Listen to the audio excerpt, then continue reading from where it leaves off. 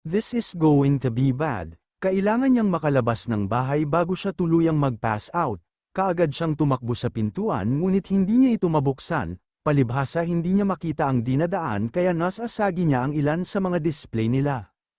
What the hell? Hindi niya nakita na may bagong lock na nakakabit doon, marahil ay ikinabat yun ni Menandro para hindi siya tuluyang makalabas. Hindi mo ba mabuksan, Norisa? Gusto mo bang buksan ko para sa'yo? Ay teka, hindi ikaw ang nagsara niyan, sinigurado ko lang na hindi mo na nga talaga mabubuksan. Saysagat pa sana siya ngunit wala na siyang lakas na gawin yon, unti-unti na siyang nanghihina dahil sa nalalanghap niyang usok, pagbaling niya ay bigla na lang siyang napaijek nang maramdaman ang pagtama ng matigas na bagay sa balikat niya.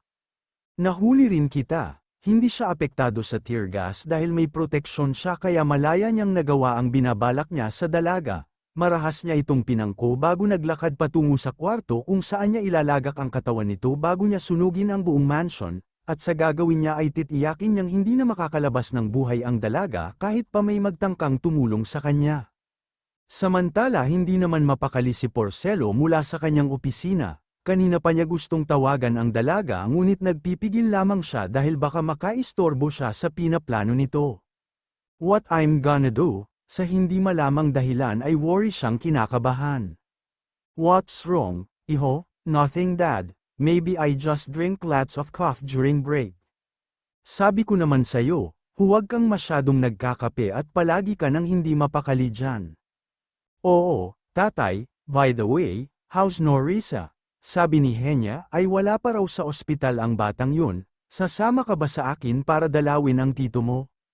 Mauna ka na lang dad, susunod na lang ako. Marami pa akong paperworks na dapat asikasuhin. Sigurado ka ba? Yes, okay. Pero bago ka pumunta ng ospital, daanan mo na rin si Norisa. Ha? Kanina ko pa tinatawagan ang batang yun pero hindi sumasagot. Baka may nangyari na sa kanya. Puntahan mo doon at ako'y nag-aalala. Tinawagan mo si Norisa. Ayain ko sana na sabay na kami magpunta sa ospital. Kaso hindi naman sumasagot, magagahol na ako sa oras kung ako ang pupunta roon, since pupunta ka rin naman doon, mas mabuti pa na ikaw na lang ang sumando sa kanya. Tatawagan ko na lang siya palagi baka sakaling sagutin ang tawag ko. Kopyahin mo yan, sige, alis na ako. Sige dad, ingat kayo sa biyahe. Hello, seryo, alam mo ba kung ano ang ginagawa ngayon ni Norisa? I am trying to call her. Pero hindi siya sumasagot. Nag-aalala na si Mr. President sa kanya, wala na akong maisip na alibi. Unfortunately hindi niya rin sinasagot ang tawag ko. Hindi kaya may nangyari na sa kanya, hindi siya sumasagot sa tawag, parang may mali. Pupunta na ako sa bahay nila ngayon, just do something para hindi maghinala ang mga magulang niya. Okay, just let me know kung ano ang lagay niya. Hindi rin ako mapakali. Okay, gagawin ko. Pagkatapos nilang mag-usap ni Sirio ay dumiretso na siya sa parking lot at sumakay sa kanyang kotse. Halos paliparin niya ang kotse makarating lamang sa kinaroroonan ng dalaga. Hindi niya mapapatawad ang sarili kapag may nangyaring masama sa kanya lalo pa at alam niya ang plano nito at hinayaan niya lang. Si Sirio naman ay ganoon rin ang nararamdaman, lihim din siyang hindi mapakali dahil sa pag-aalala para sa dalaga. Oh God, please make her safe. Don't let anyone touch her nor hurt her. I'm begging you, dear God. Ilang oras na siyang hindi mapakali hanggang sa hindi na niya matagalan ang lahat. Pupuntahan niya ang dalaga, at titiyakin niyang ligtas ito. Nang mga oras na yun ay abala na si Menandro sa pagsasaboy ng gasolina sa buong kabahayan. Balak niyang tupukin ang bahay na yun kung saan nag-iwan ng napakaraming alaala ni Oliva at ng anak na si Calix. Nakikita mo ba ako, Oliva? May paghihiganti ko na kayo ng anak natin. Mahinang umungol-enman si Norisa habang pilit na idinidilat ang mga mata, mahapdi ang balat at mga mata niya at nakakaramdam pa siya ng kaunting hilo. Ngunit pilit niya pa ring inaaninag ang paligid. What's that smell? Tatayo na sana siya ngunit bigla siyang nagulat nang mapansin na nakatali pala siya sa monoblock chair. Muli niyang iginala ang paningin ngunit hindi niya makita si Menando. Help me, help me. Malakas niyang sigaw nang hindi siya makawala sa pagkakagapos sa kanya. Oh why, gising na pala ang prinsesa. Kumusta ang tulog mo? Langya ka, pakawalan mo ako rito. Ano ako, baliw? Pagkatapos kong paghirapan na mahuli ka, pakakawalan ka lang. Napakasama mo talaga, hindi ka nalalayo kay Oliva. Tumahimik ka, sigaw ni Menandro sabay sampal sa kanya. Huwag na huwag mong binabastos si Oliva. Ang kapal ng mukha mo, anong gusto mong gawin ko? Papurihan ko ang babaeng yon. Ang sabi ko, tumahimik ka, muling sigaw ni Menandro kasabay ng pagsuntok nito sa sikmura niya. Napasigaw na lang siya dahil sa sakit na nararamdaman, halos hindi siya makahinga kaya naman bumagsak siya sa sahig, dahilan upang mabali ang mga paa ng kinauupuan niya. Tumayo ka dyan, ngunit hindi na gumagalaw ang dalaga mula sa pagkakalugmok. Hoy, sabi ko, tumayo ka dyan, huwag mo akong inaartehan kundi mas lalo kang tatamaan sakin. Ngunit kahit anong gawing tawag ng lalaki ay hindi na sumasagot ang dalaga. Anak ka ng teteng, sabi nang huwag mo akong dinadramahan ng ganyan, kung patayin na lang kaya kita ngayon. Ha? Wika ni Menandro sabay hawak sa dalaga para itayo. Saktong pagtayo ng dalaga ay mabilis itong kumilos para makawala sa kanya at sa isang iglap lang ay naitutok na nito ang stun gun na tinatago pala sa bulsa nito. Not so fast, Menandro, not so fast. You're not gonna kill me without giving you a good fight, wika niya habang nangingisay ang lalaki. Sinamantala niya ang pagkakataon para makawala sa pagkakatali ngunit hindi siya lubusang makawala, nagpa siyang lumabas ng kwartong yun habang nakatali pa rin sa upuan. Norisa, malakas na sigaw ng lalaki nang makabawi ito ng lakas. Help, somebody help me, napapikit na lang siya nang maalala na pinaalis niya pala ang mga kasambahay nila at siya lang ang natira. Paano na siya ngayon? Baka tuluyan siyang mapatay ni Menandro kapag hindi siya nakatakas. Saan ka pupunta, ha? Marahas na wika ni Menandro, sabay hila sa buhok niya. Aray, nasasaktan ako, ano ba? Talagang masasaktan ka sa akin kapag hindi ka nakisama sa akin.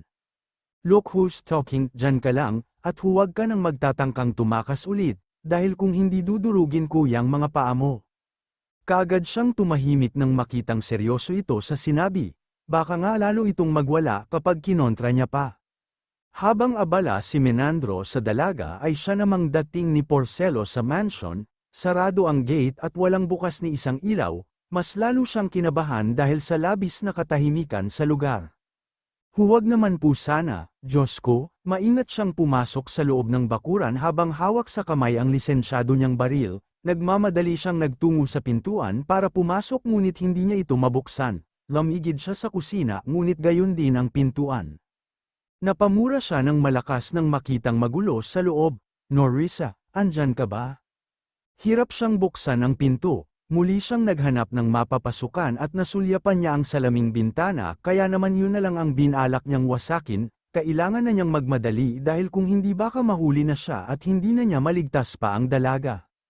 Naghanap siya ng matigas na bagay na PWD niyang may pukpok sa bintana para mabasag ito kahit nahihirapan siya. Dahil sa malakas na kalabog na ginagawa ng binata ay narinig yun ni Menandro. Aba! Mukhang may dumating na knight and shining armor, ang tanong, may iligtas ka kaya niya bago mahuli ang lahat? Anong binabalak mo, Menandro? Alam mo ba yung mga pamahiin ng matatanda noong araw, na kapag may namatay silang mahal sa buhay, sinusunog nila ang kahit na anong bagay na naiwan ng yumao, itong bahay na ito ay puno ng alaala ng mag-ina ko, hindi man ako kinilalang ama ng anak ko, pero masaya na din akong makita siya na lumaki sa maayos na pamumuhay. Marami akong pangarap para sa aming tatlo, biglang nag-iba ang tono ni Menandro at biglang naging mahinahon, at alam mo na noong nabalitaan kong namatay na si Virgilio, sobra akong natuwa dahil sa isip ko sa wakas, pwede na akong magpakilala sa anak ko, pwede na niya akong tawaging papa. Wala akong kasalanan, tapos isang gabi, naglaho lahat ng pangarap ko dahil sa pagkawala ng mag-ina ko, ni wala akong nagawa, ni hindi ko narinig na tawagin akong tatay ng anak ko. Pinagkate mo yun sakin, Norisa. Hindi ko ginusto ang nangyari ng gabing yun, Menandro, sinubukan ko silang iligtas.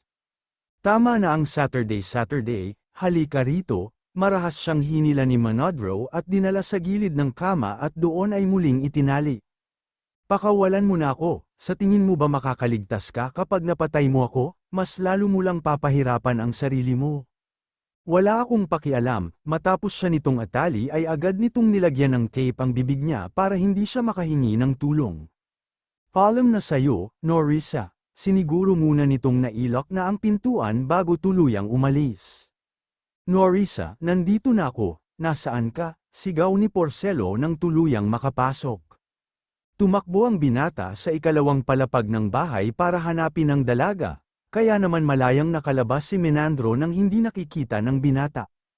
Muli pang tumitig sa mansion si Menandro bago nagsindi ng sigarilyo at hinithit ito. Paalam na sa inyong dalawa, ha. Muli itong nagsindi ng posporo at agad na itinapon sa lupa. Sa isang iglap lang ay kaagad na nagliyab ang apoy sa lupa at naglagablab patungo sa bahay. Umalis lang si Menandro nang makitang kumakalat na ang apoy. Norisa, nasaan ka? Muling tawag ni Porcelo sa dalaga. Norisa, naririnig mo ba ako? Sumagot ka. Tanging ungol lang ang nanulas sa lobby ng dalaga. Mula sa kinaroroonan niya ay nakikita niya ang paglalagablab ng apoy, kumakalat na rin ang usok at kung hindi siya mahahanap ni Porcelo sa lalong madaling panahon, alamang ay mamamatay siya ng gabing iyon. Norisa, tarantang tawag ng binata nang makita na malaki na ang sunog sa ibaba ng bahay, lalong nagmadali ang binata sa paghahanap sa dalaga.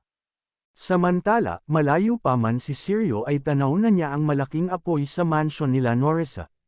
Walang inaksayang panahon ng binata at agad na tumawag sa mga pulis at bumbero.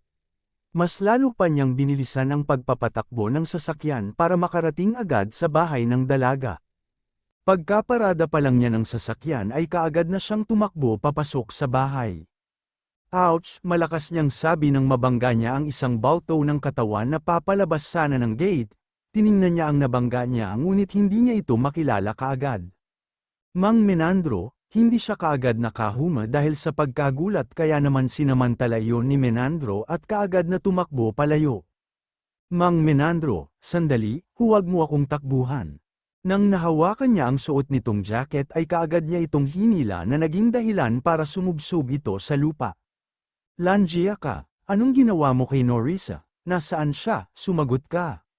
Wala na siya, huli ka na, kahit anong hanap ninyo, hindi na ninyo siya makikita. Langia ka, ilabas mo si Norisa. Ilang beses niyang sinuntok ang lalaki hanggang sa magdugo ang mukha nito. Ilabas mo siya, magsalita ka, asan siya? Kahit anong piga niya sa lalaki ngunit ngumingisi lang ito at hindi sumasagot sa kanya. Sa ganoong eksena sila nadatnan ng mga pulis, nang maposesan ng lalaki ay kaagad nang pumasok ang binata sa loob, malaki na ang apoy kaya naman mas kailangan nilang magmadali, maging ang mga pulis ay tumulong na rin sa paghahanap, habang ang mga bumbero ay sinimulan na ang pag-apula sa apoy. Norisa, nasaan ka? Maging si Porcelo ay nagmamadali na rin sa paghahanap sa dalaga kahit na nakalanghap na siya ng usok at halos hindi na makahinga. Norisa, habang naghahanap ang dalawa ay unti-unti namang nauupos ang dalaga. Masyado na siyang na-expose sa usok at kunti na lang ay bibigay na siya. Naubos na ang lakas niya sa pagpupumilit na makawala sa pagkakatali ngunit hindi niya matanggal ang higpit ng pagkakabuhol ni Menandro. Help me, God! Naluluhang wika ng dalaga habang unti-unting nagsasara ang kanyang mga mata. Norisa, where are you? Naririnig mo ba ako? Lumalaki na ang apoy at nagsisimula na siyang matakot sa lagay nito. Norisa, please, let us know where you are. We're running out of time. Maging ang mga pulis ay nagsitulong na rin sa paghahanap sa dalaga. Masyado na kasing malaki ang apoy at kapag hindi sila nagmadali, matutusta silang lahat. Nagmamadaling hinablat ni Sergio ang namataang kurtina at kaagad itong inilublob sa aquarium para mabasa. Sergio, Porcelo, help! Humihingal siya sa huling pagkakataon. Aakyat na sana ulit sa taas si Porcelo nang mamataan niya ang maliit na pinto sa sulok ng bahay. Ang hinuha niya ay storage room yun kaya nasa sulok, posible kayang naroon ang dalaga. Sergio, I think I've found her. Are you sure? Oo, sa tingin ko, halika na. Pagkarating nila sa pintuan ay napamura na lamang sila nang makitang sarado ito at hindi nila mabuksan kaagad. Norisa, nandyan ka ba? Sumagot ka. Norisa, give us a sign kung nandyan ka sa loob, please. Salaitan ang dalawa sa pagbabalya sa pintuan sa pag-asang mabuksan ito kaagad ngunit dahil matibay ang pinto at ang lock ay nahirapan silang dalawa. Kahit gaano kahirap ang ginagawa nilang dalawa, giving up is not one of their option, not with Norris's life. Magkasabay silang nagkatitigan ni Porcelo at sa pagbilang nila ng 3 ay sabay nilang sinipa ng ubod lakas ang pintuan, dahilan upang mabuksan nila ito ng tuluyan. Bumulaga sa kanila ang walang malay na dalaga habang nakagapos, mabilis nila itong dinaluhan at kinalaigan. Hang in there, Norisa, huwag kang bibitaw, we have no time, we have to get out of here. Ibinalabal ng binata ang basang kumot sa dalaga at patakbo silang lumabas ng kwarto, nakasalubong pa nila ang mga pulis na nagsitulong din sa paghahanap sa dalaga habang ang mga bumbero ay inaapula na rin ang apoy. Is she okay? Nag-aalalang tanong niya kay Seryo nang may lapag nito sa ligtas na lugar ang dalaga. Masyado siyang maraming nalanghap na usok, kailangan na niyang madala sa ospital lalo na at wala pa rin siyang malay. Okay, mabilis niyang pinangko ang dalaga at isinakay sa ambulansya na nakaparada sa labas ng gate. Nang may sakay niya si Norisa ay pinakiusapan siya ni Seryo na asikasuhin niya muna ang mga pulis na nag-iimbestiga sa nangyaring sunog at sa tangkang pagpatay sa dalaga. Tinawagan na rin niya ang ama upang asikasuhin nito ang patong-patong na kasong isasampa kay Mang Menandro.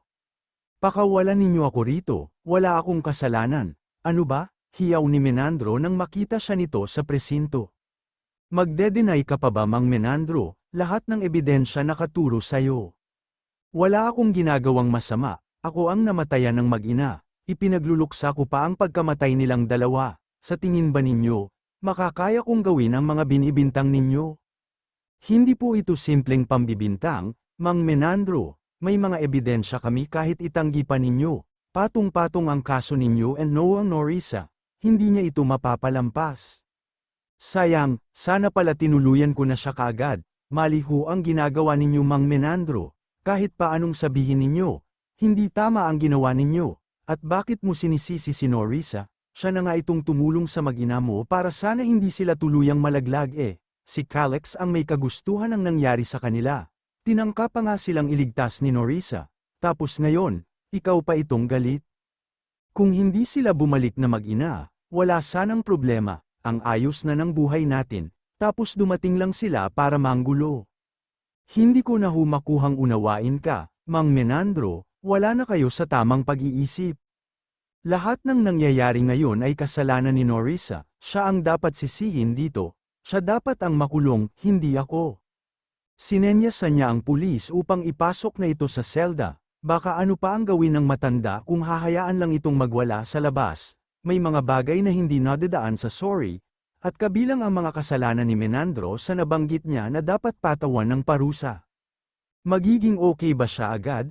Tanong ni Henya kay Seryo habang nakatitig sa walang malay na anak, nagulat na lang siya nang makitang isinugod ang anak sa emergency room, buti na lang at hindi niya kasama si Virgilio, dahil kung hindi baka mas lalo pang lumala ang lagay nito pag nakita ang lagay ng anak.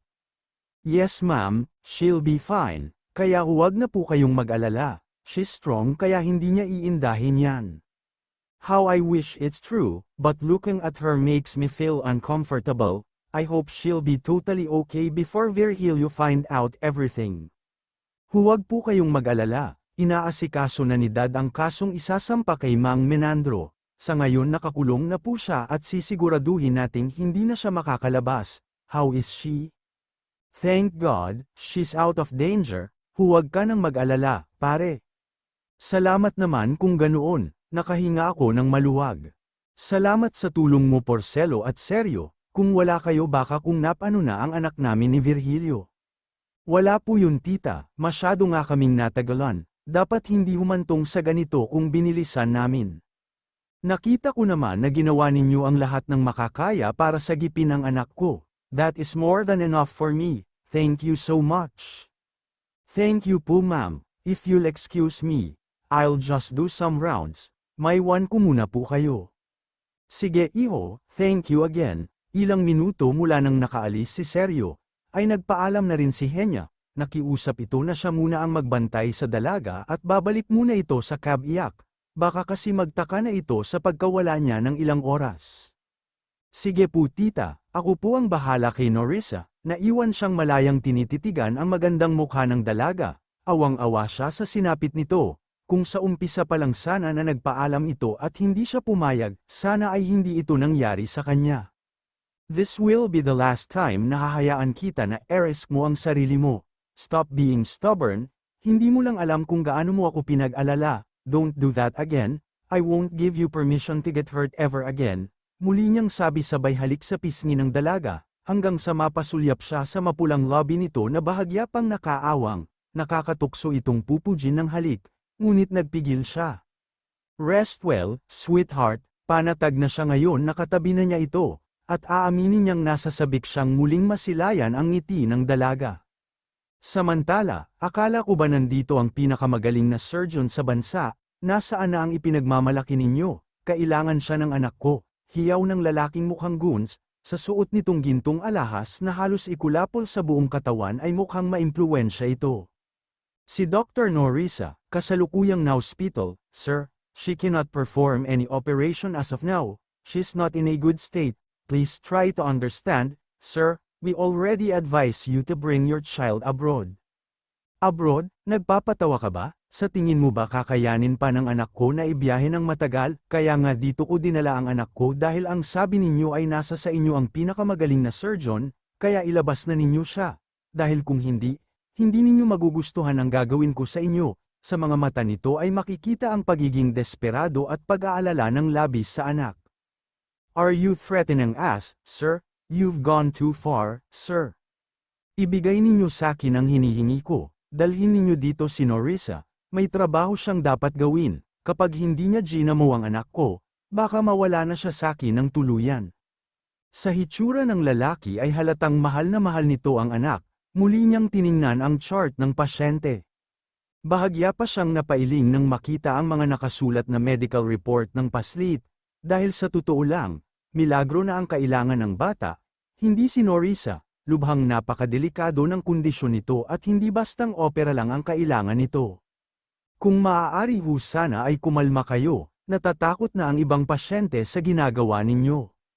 Kung hindi kayo hihinahon ay mapipilitan kaming paalisan kayo at ipadampot kayo sa mga pulis. Umaasa siyang matitinag na niya ang lalaki at hihinahon nito, bahagya niyang nakita ang panlulumo nito, sinamantala niya ang pagkakataon upang iwanan ang lalaki. Sa tingin niya ay kakalma rin ito sa katagalan, sa lagay ni Norisa ay baka hindi pa niya kayang operahan ang pasyente, lalo na at hindi lang isa kundi 3 beses na ooperahan ang bata. Pasimple siyang nagtungo sa mga security na naka-assign sa ospital, kinausap niya ang mga ito na bantayan ang lalaki na nagbabanta ng hindi maganda. Please keep an eye to that man, nagbabanta na siya at hindi yun makakabuti sa ating lahat most especially sa mga patient. Please don't allow him to create troubles here, lalo na at nakakonfine pa rin si Norisa at ganoon din si Mr. President. Oo, Doc, good. Aasahan ko yan, may problema ba? Maliit na bagay lang naman, nasabihan ko na silang agapan agad kung sakali man. Okay, siya nga pala, nagkamalay na si Norisa, talaga, halika, puntahan natin siya. Sige, hinahanap ka rin niya eh. Magpapasalamat daw siya sa'yo. Nako, nakailang pasalamat na kamo kayo, hindi na kailangan. Grateful lang siya sa pangalawang buhay niya, alam mo naman si Norisa. Sa sobrang saya ng dalawa ay hindi na nito napansin ang lalaking nakasunod at nakikinig sa usapan nila. Si Mr. President ba, na-inform na sa nangyari kay Norisa? Sinabi na ba ni tita sa kanya? I think hindi pa alam ni Tito, sasabihin sana ni tita. Kaso pinigilan ni Norisa, hindi raw makakabuti sa kalagayan ni Tito na ma-stress na naman. Sabagay, tama naman siya, silipin muna natin si Tito bago tayo pumunta kay Norisa, baka magtaka yun pag hindi ko siya pinuntahan. Okay, Doc, katulad ng suhestyon ni Sergio ay dumaan muna sila sa kwarto ni Mr. President para monitor ang lagay nito, nang matapos sila ay kaagad din silang nagtungo kay Norisa.